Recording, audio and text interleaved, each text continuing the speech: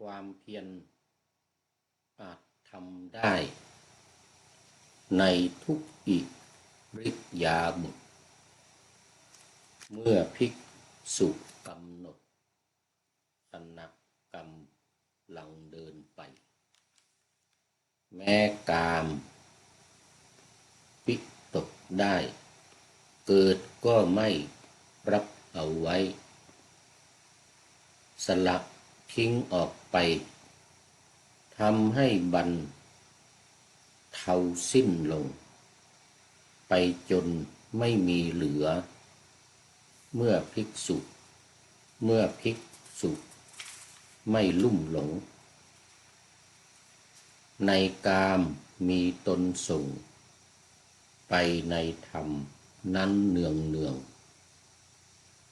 เมื่อภิกษุกำลังยืนหรือนั่งอย่างต่อเนื่องให้ยาบาดขุ่นเคืองหรือวิหิงสาเกิดพลันและภิกษุก็ไม่รับเอาไว้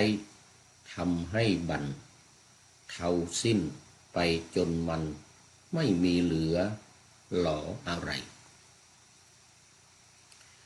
เราเรียกว่าเป็นผู้ภาคเพียรอยู่ส่งตนไปในธรรมประจำไว้มีอดตับปะกลัวเกรงขอถวายความน้อมแด่พระรัตนตรัยมีพระพุทธเจ้าเป็นต้นขอถวายความเคารพพระมหาเถระพระเถรานุเถระเจ้าคณะพระสังฆาธิการ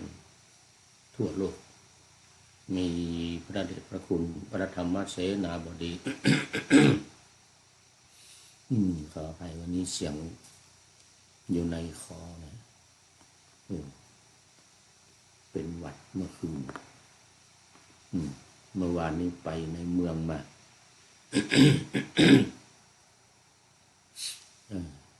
ขอไป ขออภัยเป็นอย่างยิ่งวันนี้รายการอะไรธรรมะหลังธรรมวัดเย็น ก็ลืมชื่อเลยของวัดพระราชดอยสุเทพออกอากาศทางสถานีวิทยุ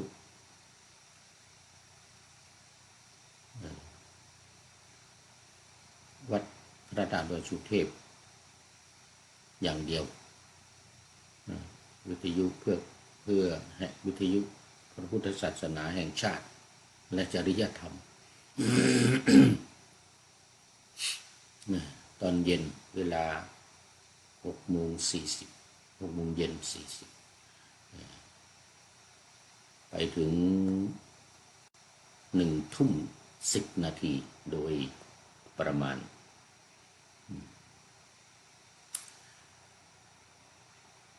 วันนี้เป็นหัวข้อว่าความเพียรสามารถทำได้ในทุกอิริยาบถคืออิริยาบถใหญ่ยืนเดินนั่งนอนเนี่ย4 อย่างเนี่ยทำได้ตลอดนะหรืออิริยาบถอื่นๆอิริยาบถน้อยอิริยาบถที่แทรกเข้ามาเช่นเหลียวหน้าเหลียวหลังนี่นะชำเลืองตาอย่างนี้เขาเรียกเป็นอิริยาบถย่อยขอต้อนรับคุณโยมสายสมรนี่จากอุตรดิตถ์เป็นท่านแรกในวันนี้ โมทนาเป็นอย่างยิ่งสาธุสาธุสาธุนะสาธุสาธุดีใจนานๆทีได้มาเจอกัน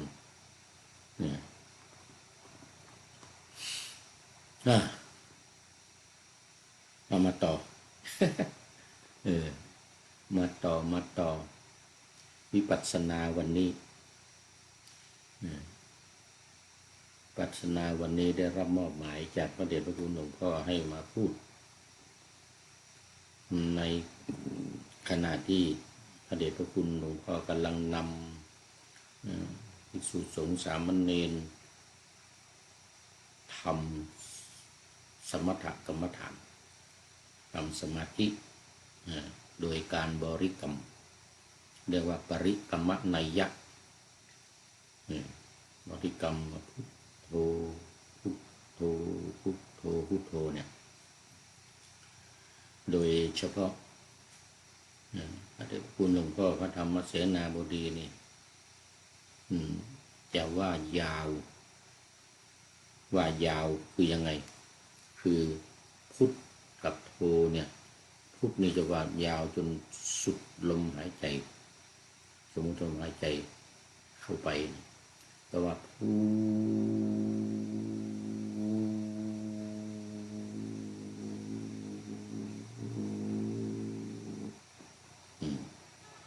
ยาวกว่านี้อีก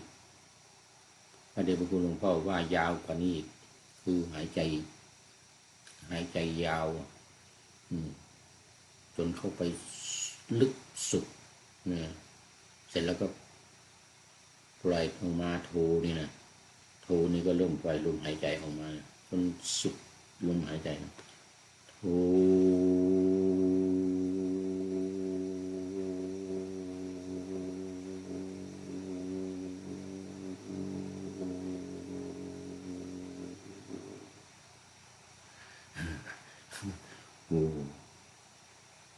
หลายนาทีนะเนี่ยหลายวินาทีนะเนี่ยบางทีอาจจะเป็นยาวเป็นนาทีคือมันทำให้จิตเนี่ยมั่นคงสงบไม่ไปทางอื่นอยู่กับพุทธกับโธนี่แหละเป็นเกาะป้องกันไม่ให้จิตคิดไปในทางอื่นให้เกาะอยู่นี่หลักนี่พุทโธนี่เหมือนกับในพระไตรปิฎกเปรียบเทียบไว้เหมือนกับว่ามัดลูกโคหรือมัดโคมัดวัวมัดควายอะไรเนี่ยติดกับหลักไว้เนี่ยช้างก็ตามล่ามโซ่ไว้มันไม่ไปไหนมันไปไม่ได้ อันนี้ก็เหมือนกันจิตมันจะไม่ไปไหนไปไม่ได้เพราะว่ามันจะต้องมาติดอยู่คำว่าพุทโธเนี่ยอันนี้เป็นวิธีการที่จะทำให้จิตมั่นคงไม่วอกแวกวันไหวซัดสายไปในอารมณ์ต่างๆแล้วก็หลับตาด้วยนะหลับตาแล้วก็เข้าไปยาวๆโทรออกมายาวๆเป็นสมถะเขาเรียกสมถกรรมฐานทำจิตให้สงบเท่าไหร่ยิ่งดีแล้วผลของจิตที่สงบเนี่ยมันจะทำให้เกิดปัญญาตามที่พระพุทธองค์ตรัสไว้ว่าสมาธิปริภาวิตาปัญญามหาพลาโหติมหานิสังสาอันนี้ว่าบ่อยๆหน่อยเพื่อให้มันจำตัวเองก็จะได้จำด้วย สมาธิปริภาวิตาปัญญามหาพลาโหติมหานิสังสามหาพลามีผลมากมหานิสังสามีอานิสงส์ใหญ่อานิสงส์มากเมื่อเพราะว่าเมื่อจิตสงบเนี่ยมันจะเกิดปัญญาคือความรู้ความเข้าใจในธรรมในสภาวะธรรมทั้งหลายเขาเรียกว่าได้บรรลุเกิดปัญญาโอ้โหสว่างแจ้งได้บรรลุเป็นพระอรหันต์ เป็นพระอรหันต์อย่างน้อยๆเนี่ยโสดาบันสกทาคามีหรืออนาคามีเนี่ยนะ ขอไป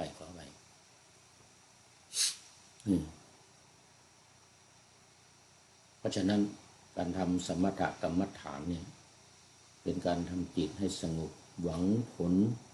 ในการที่จะให้มันเกิดปัญญานี่แหละแล้วก็จะตัดกิเลสทั้งหลายสังโยชน์ทั้งหลายกิเลส3ประการราคะโทสะโมหะสังโยชน์ทั้ง10ประการมีสักกายทิฏฐิวิจิกิจฉาศีลพัตตปรามาสกามราคะปฏิฆะรูปราคะอรูปราคะมานะอุทธัจจะและอวิชชาหมดไปด้วยจิตที่เป็นสมาธินี่แหละเพราะว่ามันเกิดปัญญาแล้วก็มันบรรลุได้ที่เรียกว่าเจโตวิมุตติพระพุทธองค์ตรัสไว้ชัดเจนว่าอย่างนี้เรียกว่าเจโตวิมุตติเพราะฉะนั้นการทำสมถกรรมฐานเนี่ยอย่าไปดูถูกนะถึงแม้ว่ามันจะยังไม่ให้ผลได้แค่จิตสงบก็ตามแต่ว่านานๆไปหรือไม่นานก็ตามบางคนที่มีบุญญาบารมีที่ได้สร้างสมมามากถึง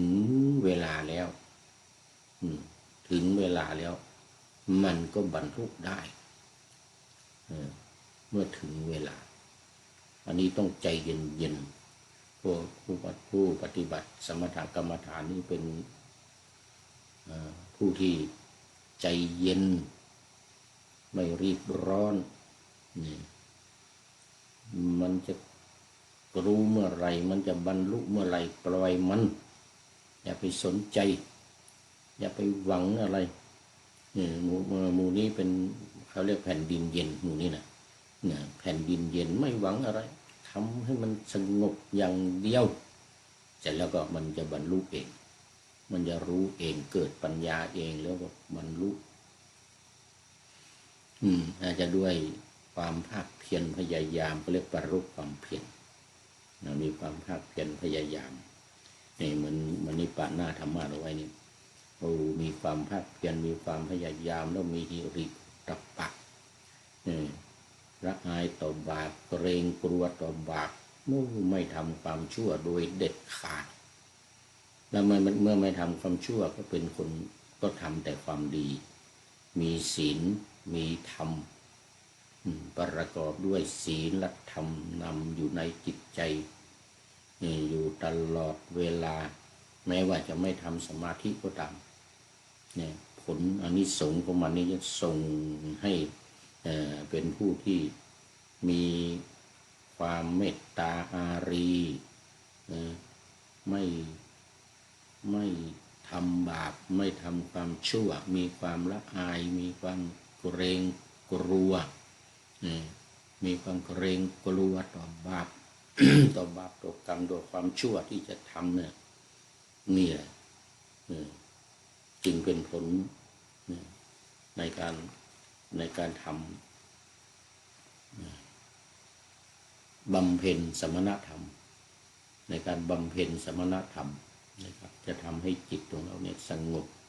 อันนี้ปานาธรรมะเอาไว้วันนี้ในหัวข้อว่าความเพียรสามารถทำได้ในทุกอิริยาบถอันนี้ก็มาในจตุกนิบาตอังคุตรนิกายพระสุตตันตปิฎกเล่มที่27นะจตุกนิบาตเนี่ยนะนี่พระสุตตันตปิฎกเล่มที่27หน้าที่17ข้อที่11โอ้นี่เริ่มต้นเลยนี่เริ่มต้นเริ่มแรกอังคุตเดี๋ยวอังคุตรนิกายอังคุตรนิกายก็จะขอบคุณหนังสือพุทธวจนะนำมาลงให้นี่นะมาในหนังสือว่าหมวดธรรมเปิดธรรมที่ตุปิกตรงนั้นนะโอ้โมทนาเป็นอย่างยิ่งเฉพาะเลยเรื่องของการปฏิบัติเรื่องสมถกรรมฐานวิปัสสนากรรมฐานโดยเฉพาะเลยเอาพระพุทธพจน์จากพระไตรปิฎก มาลงไว้ในหนังสือเล่มนี้ ขอบคุณทีมงานของท่านอาจารย์คึกฤทธิ์ในการทำหนังสือพุทธวจนะเล่มนี้เป็นอย่างยิ่งเจาะเอามาเลยทั้งสมถะทั้งวิปัสสนาตัวนี้เป็นความเพียรแล้วก็ในอิริยาบถทุกอิริยาบถมันอยู่ในกายานุปัสสนานะข้อที่สองคืออิริยาปถะข้อที่หนึ่งอานาปานสติข้อที่สองอิริยาปถะเนี่ยคืออิริยาบถใหญ่สี่อิริยาบถย่อยอีกหลายอย่างนี่เรียกว่าความเพียรเนี่ยทำได้ทุกอิริยาบถเลยทำได้ทุกอิริยาบถไม่ว่าจะนอนจะนั่งจะยืนจะเดินจะเหลียวซ้ายแลขวาหันหน้าหันหลังกระพริบตาอ้าปากทุกอิริยาบถทำด้วยความภาคเพียรด้วยความพยายามไม่ท้อไม่ถอยความเพียรนี่มีคุณลักษณะคือไม่ถอยนะไม่ถอยไม่ท้อไม่หยุดทำไปเรื่อยๆนี่เขาเรียกว่ามีความเพียรหรือศัพท์เทคนิคสูงหน่อยก็คือปรารภความเพียรปรารภความเพียรก็ทำอยู่ตลอดทุกอิริยาบถอันนี้ได้ทั้งสมถกรรมฐานและวิปัสสนากรรมฐานนะทำสมถะนี่ก็ต้องอาศัยความเพียรนี่แหละแล้วก็วิปัสสนาก็ต้องอาศัยความเพียรความพยายามไม่ท้อไม่ถอยไม่เหนื่อยไม่อ่อนแข็งอยู่ตลอดแข็งขันเรียกว่ามีความเพียรแต่อย่าลืมว่ามันต้องไปคู่กับสมาธินะจะเพียรมากสมาธิน้อยก็ไม่ได้นะ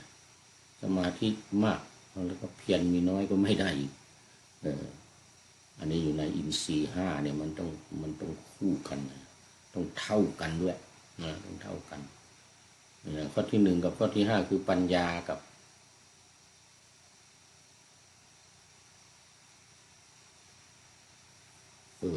ลืมไป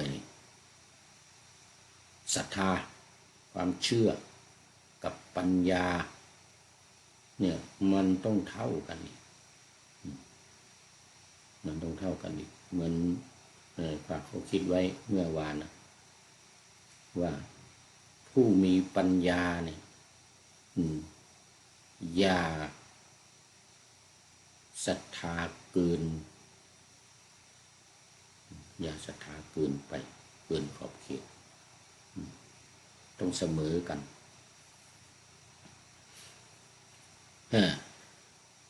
มาดูเนื้อหาหน่อยปานาธรรมะไว้ว่าความเพียรอาจทำได้ในทุกอิริยาบถเมื่อภิกษุกำหนดขณะกำลังเดินไปแม้กามวิตกได้เกิดก็ไม่รับเอาไว้สลัดทิ้งออกไป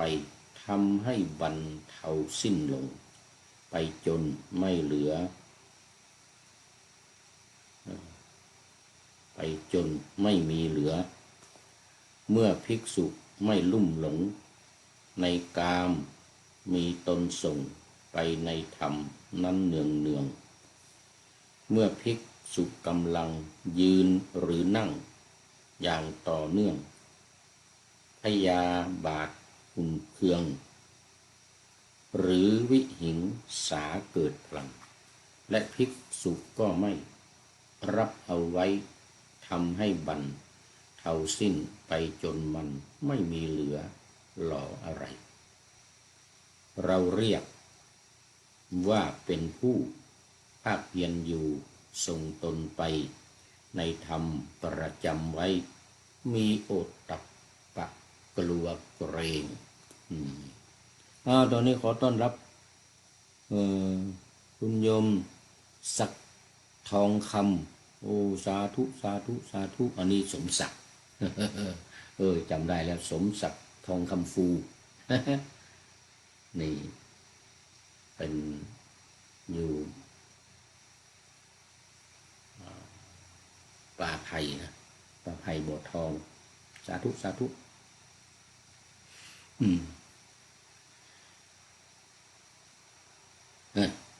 มาเดี๋ยวจะหมดเวลาแล้วเนี่ยมันจะหมดเวลาคือวิตกวิหิงกามวิตกวิหิงพยาบาทวิตกวิหิงสาวิตกวิตกนี่แปลว่าการตรึกตรองนะการตรึกยกขึ้นมาเนี่ยไปตรึกเรื่องนั้นเรื่องนี้เรื่องโดยเฉพาะในนี้ก็จะเว้น3อย่างคือกามวิตกคือไปวิตกถึงไปกังวลในเรื่องของกามคุณทั้ง5รูปเสียงกลิ่นรสและสิ่งของที่มาสัมผัสเนี่ยนะรูปเสียงกลิ่นรสสัมผัสทางกายทางเนื้อทางหนังถ้าไปมัววิตกวิจารณ์มัววิตกมีกังวลอยู่กับเรื่องของกามนี่นะถ้าไป2พยาบาทความขุ่นเคืองแค้นคนนั้นคนนี้มาทำอะไรให้แล้วก็ไม่แค้นเหลือเกินแค้นนี้ต้องชำระอะไรอย่างเงี้ยประเภทนี้นะบุญคุณต้องทดแทนแค้นต้องชำระนี่นะไอ้บุญคุณต้องทดแทนนี่สมควรอยู่แต่แค้นต้องชำระที่ไม่ได้ไปพยายามไปวิตกขึ้นมาไปกังวลขึ้นมาไอ้คนนั้นคนนี้เตะก้นเราอย่างนี้นะไอ้คนนั้นคนนี้ด่าเราอย่างนี้นะมันเกิดความแค้นขึ้นมาอย่างนี้ไม่ได้เลยนะเมื่อสิ่งเหล่านี้เกิดขึ้นเนี่ยจะต้องละจะต้องทิ้งสลัดออกไปอย่าไปรับเอามาหอบไว้อย่าไปรับเอามาหอบไว้โดยเด็ดขาดปล่อยไปทิ้งไปจนไม่เหลืออะไรอยู่ในจิตในใจ3วิหิงสาวิตกนี่นะการตรึกถึงเรื่องของการเบียดเบียนการเบียดเบียนคนอื่นทำร้ายคนอื่นปองร้ายเขาอยากจะทำให้เขาเจ็บปวดจะทำให้เขาถึงว่าจะสะใจตัวเองก็ตามนะเป็นการแก้เวรแก้กรรมนะแต่มันไม่ดีมันไม่ดีอย่าไปกังวลถึงมันอย่าไปวิตกถึงมันอย่าไปยกขึ้นมาคิดอย่าไปยกขึ้นมาไว้ในใจดังที่ว่าเนี่ยไม่รับภิกษุ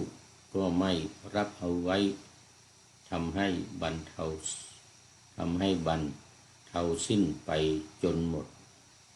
จนมันไม่มีเหลือหลออะไรจนมันไม่มีเหลือหลออะไรเนี่ยต้องอย่างนี้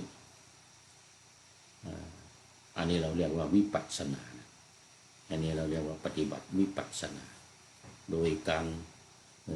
ทำไม่ให้วิตกกามวิตกวิหิงพยาบาทวิตกวิหิงสาวิตกเนี่ยหลุดไปออกไปไม่ให้ติดอยู่ในใจของเรามันจะได้ไม่กังวลมันจะต้องได้ไม่ไปคิดในการจะแก้แค้นคิดในการที่จะมีเรื่องกามคุณทั้งหลายอยู่ในใจไม่คิดในการที่จะไปเบียดเบียนทำร้ายเขาเป็นการตอบแทนแค้นนี้ต้องชำระอย่างนี้นะตัดไปเลยไม่ให้มันมีนี่เป็นตัวสำคัญเพราะฉะนั้นในสูตรเนี่ยพระพุทธองค์จึงตรัสว่าภิกษุทั้งหลายเมื่อภิกษุกำลังเดินอยู่ถ้าแม้กามวิตกพยาบาทวิตกหรือวิหิงสาวิตกเกิดขึ้นและภิกษุก็ไม่รับเอาวิตกนั้นไว้สละทิ้งไปทำให้บรรเทาทำให้สิ้นสุดลงไปจนไม่มีเหลือ ภิกษุที่เป็นเช่นนี้แม้กำลังเดินอยู่เราก็เรียกว่าเป็นผู้มีความเพียรมีโอตตัปปะมีความเพียรอันปรารภแล้วมีตนส่งไปแล้วในธรรมนั้นอยู่เนืองนิดภิกษุทั้งหลายเมื่อภิกษุกำลังยืนกำลังเดินกำลังนั่งกำลังเดินกำลังยืนกำลังนั่งหรือกำลังนอนก็ตามแม้กามวิตกพยาบาทวิตกวิหิงสาวิตกเกิดขึ้นและภิกษุก็ไม่รับเอาวิตกนั้นสละทิ้งไปทำให้บรรเทาทำให้สิ้นสุดลงไปจนไม่มีเหลือภิกษุที่เป็นเช่นนี้แม้กำลังยืนอยู่